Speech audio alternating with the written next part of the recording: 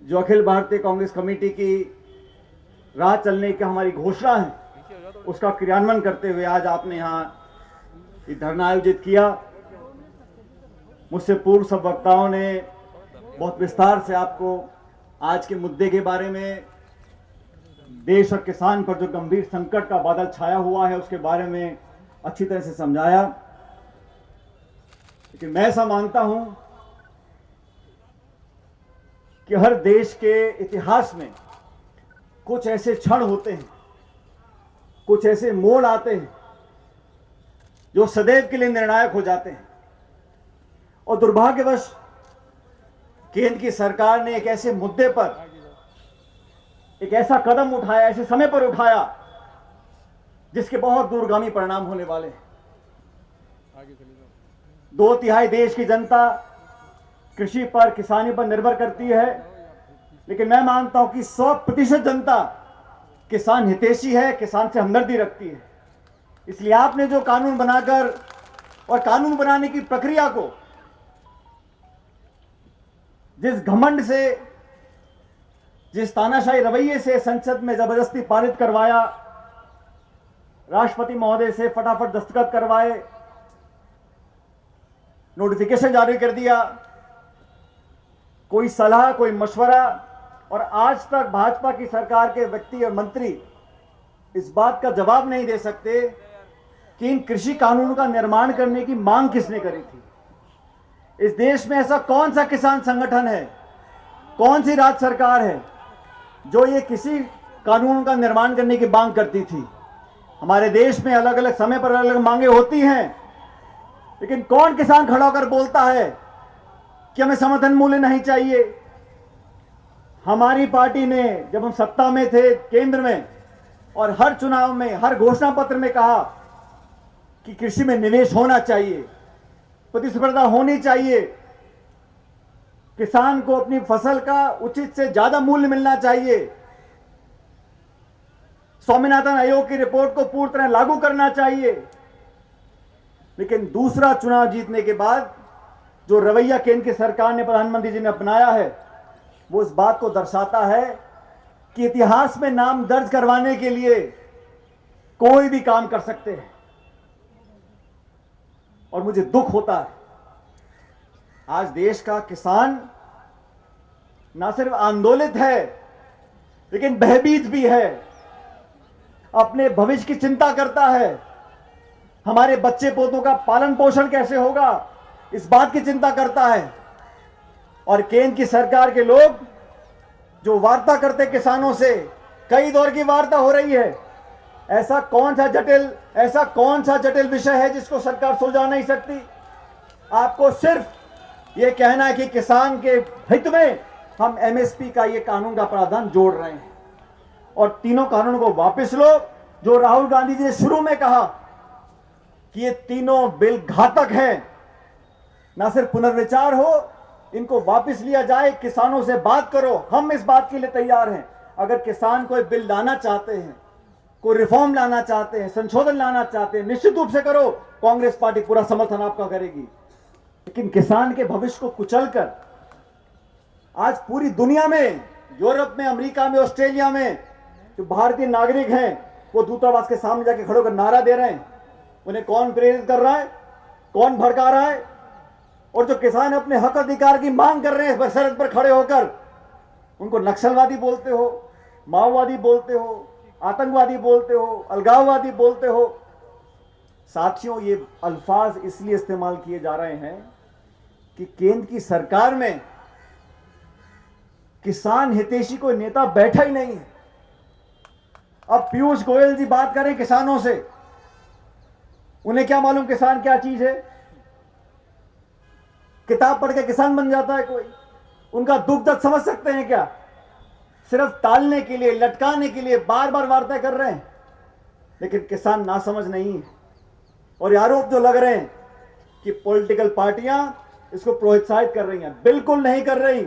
लेकिन मुझे कहने में कोई संकोच नहीं है, अगर किसानों के साथ खड़ा होना राजनीति है तो हम राजनीति कर रहे हैं। अगर किसानों का समर्थन देना राजनीति है तो राजनीति कर रहे हैं और करते रहेंगे।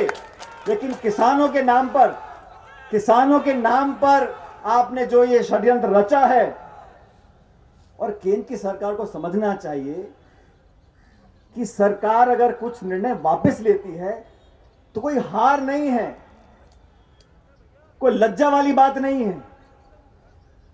रास्ता ठीक करना, संशोधन करना, रोल बैक कर लेना, कानून वापस ले लेना, माफी मांग लेना, यह नेता का कद बढ़ाता है। हम धन्यवाद करेंगे केंद्र सरकार का अगर वापस लेते हैं वो, लेकिन लेने वाले इसलिए नहीं है क्योंकि जिद अड़ गई है कि मैंने जो सोच लिया वो बिल्कुल सही है। अरे राजस्थान का किसान जो 6 बोरी अनाज पैदा करता है वो चंडीगढ़ जाएगा, दिल्ली जाएगा, बंबई जाएगा, और प्रावधान ये दिया है अगर उसका पैसा उसको नहीं देगा व्यापारी तो एसडीएम से बात करो। अब एसडीएम कलेक्टर को हर 2 बीघे के किसान की चिंता होगी जो किसी और प्रदेश से आया हुआ है। कोर्ट कचहरी आप जा नहीं सकते, कानून से आपके हाथ बांध दिए हैं। और मैं समझता हूं आने वाले समय में जो लोग कृषि पर निर्भर थे वो ऐसे चंगुल में फंस जाएंगे बड़े बड़े उद्योगपतियों के और बहुराष्ट्रीय कंपनियों के कि अगले 10-20 साल के बाद, हो सकता है साल 2 साल ये सब काम ठीक निकल जाए, लेकिन जिस प्रकार से इन्होंने एयर इंडिया हो, बीएसएनएल हो, पीएसयू हो, कोल इंडिया हो, रेलवे हो, हर चीज का निजीकरण करना। आप जब विपक्ष में थे तो खूब नारा देते थे स्वदेशी का, आज सब चीजों को आप गिरवी रख रहे हो, बेच रहे हो। आप जीएसटी का विरोध करते थे, आज उसकी वकालत करते हो। आप नरेगा पर मजाक उड़ाते थे, संसद में प्रधानमंत्री ने बोला कि नरेगा का कानून है, इतिहास का खंडर बनेगा। आप सब जानते हो ये कोरोना काल में तो चरमरा गई थी, इस नरेगा ने राजस्थान और देश का पालन पोषण किया है। सोनिया गांधी जी ने निर्माण किया था उस कानून का, मनमोहन सिंह जी ने किया था। कैसे दोगले लोग हैं। लेकिन आज पूरे देश में अखिल भारतीय कांग्रेस कमेटी ने, कांग्रेस पार्टी निर्णय लिया है, और मैं समझता हूं डोटासरा जी इस बारे में बताएंगे अभी, लेकिन आज का दिन एक शुरुआत होनी चाहिए।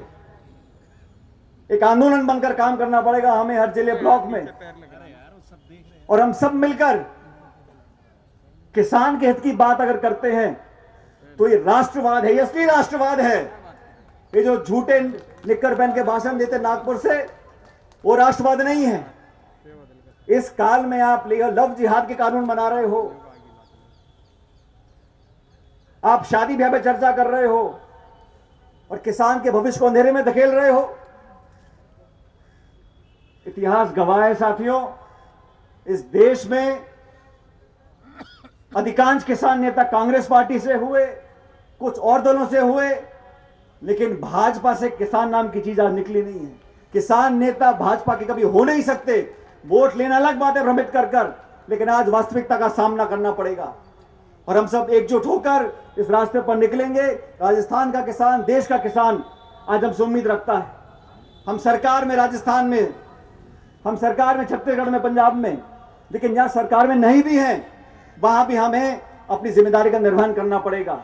और जो राहुल गांधी, सोनिया गांधी जी ने कहा है कि इस लड़ाई को अंतिम छोर तक लेकर जाएंगे, हम भी देखते हैं कौन कितना जिद्दी है। यह अहंकारी सरकार जिद्दी है या हिंदुस्तान, राजस्थान का किसान जिद्दी है। हम सब मिलकर आने वाले कुछ दिनों के अंदर इतना दबाव बनाएंगे, मुझे विश्वास है सभी लोग एकजुटता से अगर काम करेंगे, एक नारा देंगे एकता का, और सारी बातें भूलकर किसान के नाम पर पूरे प्रदेश और देश में परचम फैलेगा किसान का, तो केंद्र की सरकार का शीश झुकेगा और इन तीनों कानूनों को वापस लेना पड़ेगा। मैं धन्यवाद देना चाहता हूं एक बार पुनः डोटासरा जी का, गहलोत साहब का, कि आपने सबको यहां पर आमंत्रित किया। लेकिन आज से यहां से निकलकर जयपुर के बाद सभी जिलों में, ब्लॉकों में जाकर हमें लोगों को जागरूक करना पड़ेगा। और इस कठिन समय में याद रखो साथियों, जब चुनौती आती है, दुख होता है, संकट होता है, खतरा होता है, तभी अपने पराये का पता पड़ता है। हम लोग गांव में जाकर किसान के साथ खड़े होंगे, किसान समझेगा कि दिल्ली में बैठे लोग हमें बरगरा रहे हैं, झूठ बोल रहे हैं, और कांग्रेस ही हमारे साथ हमेशा कंधे से कंधा मिलाकर खड़ा रहेगा।